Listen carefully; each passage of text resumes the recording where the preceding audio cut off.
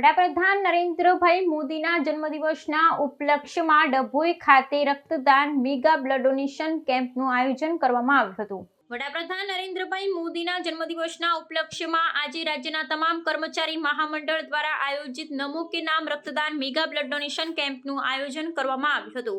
રાજ્યભરમાં આ ડ્રાઈવ અંતર્ગત બ્લડ ડોનેશન કરવામાં આવ્યું હતું, જેના માટે નમો કે નામ રક્તદાન એપ મારફતે કર્મચારીઓ રજીસ્ટ્રેશન કરાવ્યું હતું, જે અંતર્ગત આજરોજ સ્વામિનારાયણ ગુરુકુલ ખાતે બ્લડ ડોનેશન કેમ્પનું આયોજન કરવામાં આવ્યું હતું।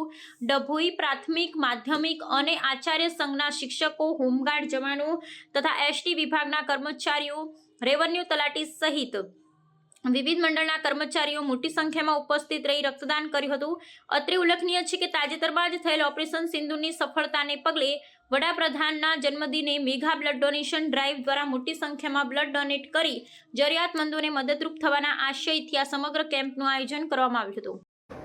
આજરોજ ડભોઈ સ્વામિનારાયણ ગુરુકુલ વિદ્યાલય ખાતે નમો કે નામ રક્તદાન અંતર્ગત બ્લડ ડોનેશન કેમ્પનું આયોજન કરવામાં આવ્યું છે। એમાં ડભોઈ અને સિનોર તાલુકાના તમામ સરકારી કર્મચારીઓ, પ્રાથમિક શિક્ષકો, માધ્યમિક, ઉચ્ચતર માધ્યમિક, આચાર્ય, હોમગાર્ડના જવાનો, પોલીસના જવાનો સહિત રાજ્યના તમામ કર્મચારીઓ બ્લડ ડોનેશન ખૂબ મોટી સંખ્યામાં કરી રહ્યા છે।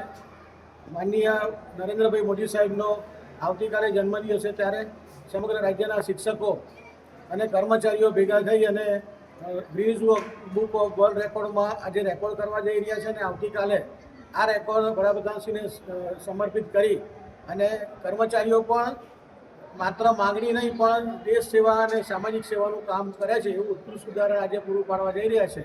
એ અંતર્ગત ડભોઈ તાલુકામાં અત્યારે 150થી વધારે બ્લડની બોટલો એકઠી થઈ છે, 400થી વધારે બોટલો એકઠી થાય એવા અમારા પ્રયત્નો છે। કર્મચારીઓ ખૂબ મોટી સંખ્યામાં આજે આ ડોનેશન કેમ્પમાં જોડાઈ રહ્યા છે। આ કેમ્પ કઈ જગ્યાએ રાખવામાં આવ્યો? શ્રી સ્વામિનારાયણ ગુરુકુલ વિદ્યાલય, સિનોર, ડભોઈ રોડ।